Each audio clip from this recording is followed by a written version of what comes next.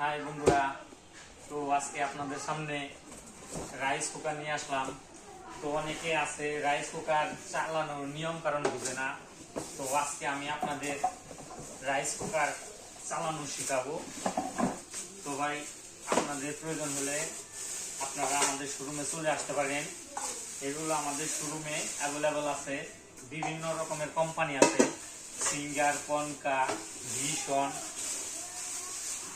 ইগু, এলজি, কিয়াম, বিভিন্ন কোয়ালিটি। তো ভাই, এখন আমি আপনাদের অনেকে আছে আপনার রাইস কুকারে ল্যান্ড দেওয়ার আগে পরে কি এই যে কটটা, মানে ল্যান্ড দেওয়ার আগে আপনার কটটা মানে সম্পূর্ণ না লাগিয়ে হালকা একটু লাগিয়ে দেন। এই হালকা একটু লাগাইলে দেখেন এটা হলো আপনার এই যে নড়াচড়া করে যখন কিনা আপনি লাইন দিবেন, তখন এটা নড়াচড়া করলে আপনার ফায়ারিং এ আপনার এই কটও গলে যাওয়ার সম্ভাবনা থাকে এবং এই ভিতরে যে 3 পিনের একটা আছে, সকেট আছে, এটাও গলে যাওয়ার সম্ভাবনা, পুড়ে যায় আর কি।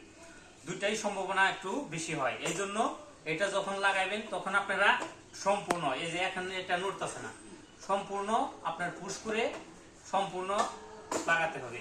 তারপরে এটাও অনেক সময় দেখবেন এই জায়গায় সকেটে লাগানোর সময় আপনার এটাও অনেক সময় আছে মানে লুজ কালেকশন থাকে। এটাও যদি লুজ কালেকশন থাকে তো এই সাইডটা গলে যাবে বা পুড়ে যাবে। তো এই ভুলটা করা যাবে না। জানি এটাও আপনার লুজ কালেকশন না থাকে, এটাও জানি লুজ কালেকশন না থাকে। তারপর অনেকে আছে পাতিলে মনে করেন চাউল ধোয় বা চাউল ধোয়ার সময় আপনার এই দিক দিয়ে পানি ছিটা ফোটা থাকে। এই পানি ছিটা ফোটা থাকলে ওইটা সহ যদি আপনি এইভাবে বসিয়ে দেন, তখন এই পানিটুক এই জায়গায় যায় আপনার এই যে কয়েলটা আছে, এই কয়েলের মাঝখানে জায়গা, তখন আপনার এটাও মানে শর্ট হওয়ার সম্ভাবনা থাকে এবং কয়েলটা নষ্ট হয়ে যাওয়ার সম্ভাবনা বেশি থাকে। এই জন্য ওই পানিটা ভালোভাবে পরিষ্কার করে তারপরে আপনি সুন্দর করে বসিয়ে দিবেন। তো আর এটা হলো আপনার সিদ্ধ। অনেক সময় আছে আলু ভর্তা, ডিম সিদ্ধ, ডাউল, এগুলা মানে ভর্তা জাতীয় কিছু খেতে চাইলে তখন এটাই দিয়ে আপনার এটার উপরে এটা দিয়ে দেবেন, বাস আপনার সিদ্ধ হয়ে যাবে। আবার অনেক সময় আরেকটা গুরুত্বপূর্ণ কথা, সেটা হলো অনেক সময় আছে পানি এটা কিন্তু পাওয়ার কমান যায় না। এই জন্য অনেক সময় আছে ভাত বলক আসলে তখন পানিটা বাইরে মানে অনেক সময় আছে এইভাবে ঢাইকে দিলে পানিটা বাইরে চলে আসে। তো তখন আপনি কি করবেন, এই খালি জিনিসটা আপনার যদি সিদ্ধর প্রয়োজন নাও থাকে তখন আপনি এই জিনিসটা এইভাবে বসিয়ে দিয়ে ঠিক এই জিনিসটা আপনি এইভাবে বসিয়ে দিবেন, বাস আপনার পানিটা বাইরে আসবে না, পানিটা ভিতরের পানি ভিতরেই রয়ে যাবে।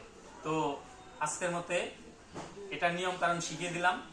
তো পরবর্তীতে আরো অনেক ভিডিও আপনারা যদি নিয়ম কারণ শিখতে চান বা অনেক ভিডিও ছাড়বো, যাতে আপনাদের ব্যবহার করা মানে সহজ হয়ে যায়।